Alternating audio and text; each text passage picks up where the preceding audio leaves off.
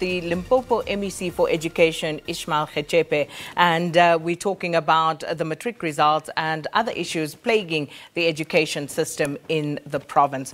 And MEC, back to you. How many schools do you have, high schools in particular, in Limpopo province, and how many of those are classified non-viable?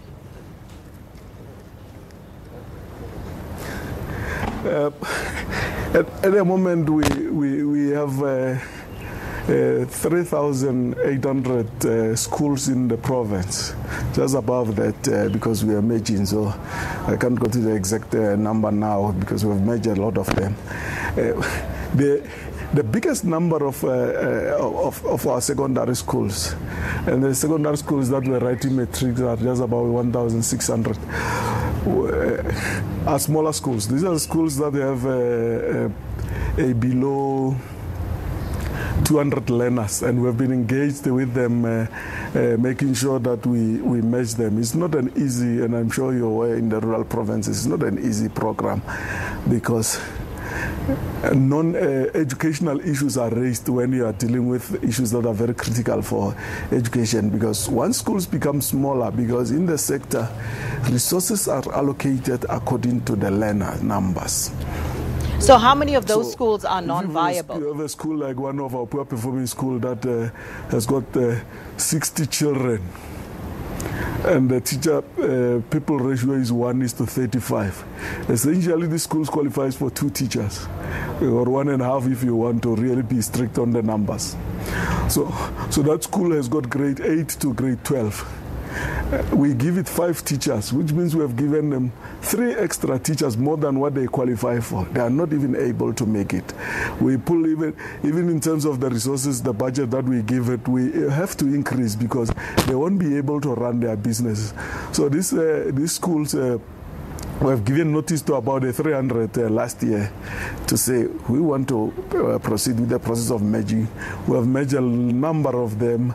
We still engage with some of the communities that are reluctant to merge. It's because this is a historical problem, Sagina. In the past in Limpopo, every traditional leader, every headman was building a school.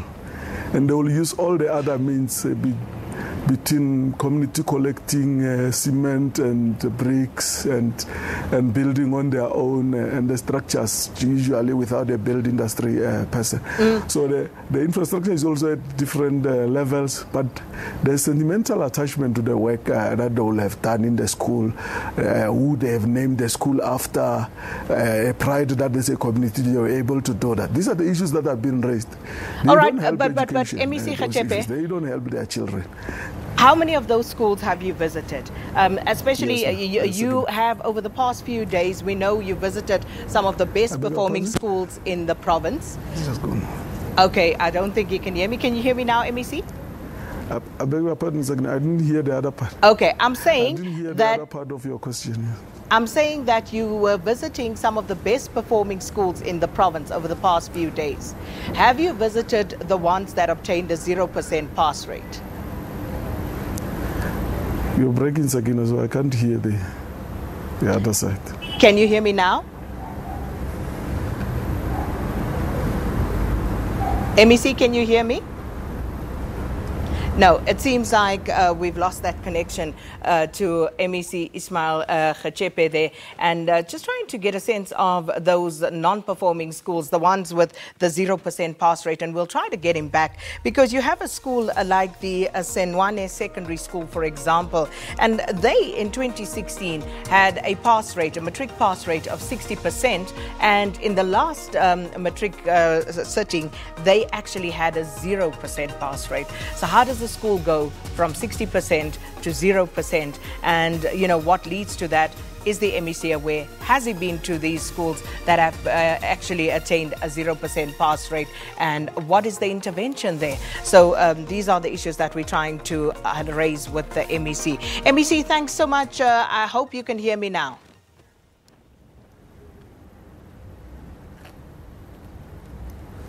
Can you hear me now, MEC?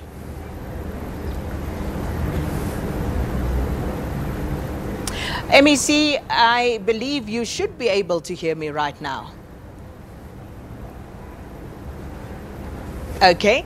For some reason, MEC Gechepe unable to hear me, so we seem to have lost that connection, and really, really disappointing, because I would have loved to hear the MEC's response to that visit, whether he has paid a visit to the poorest of those matric results performing schools and what the intervention will be there. As he says, 1,600 high schools in the province. They are looking to merge at least 300 of those. They have sent notices, according to the MEC, to 300 schools, where they talk about those schools being non-viable for various reasons, whether it be for low numbers or other reasons, infrastructure or anything else that is going on. And I'm not quite sure why the MEC is unable to hear me, but he can't hear me. So we are going to have to take a break at this stage.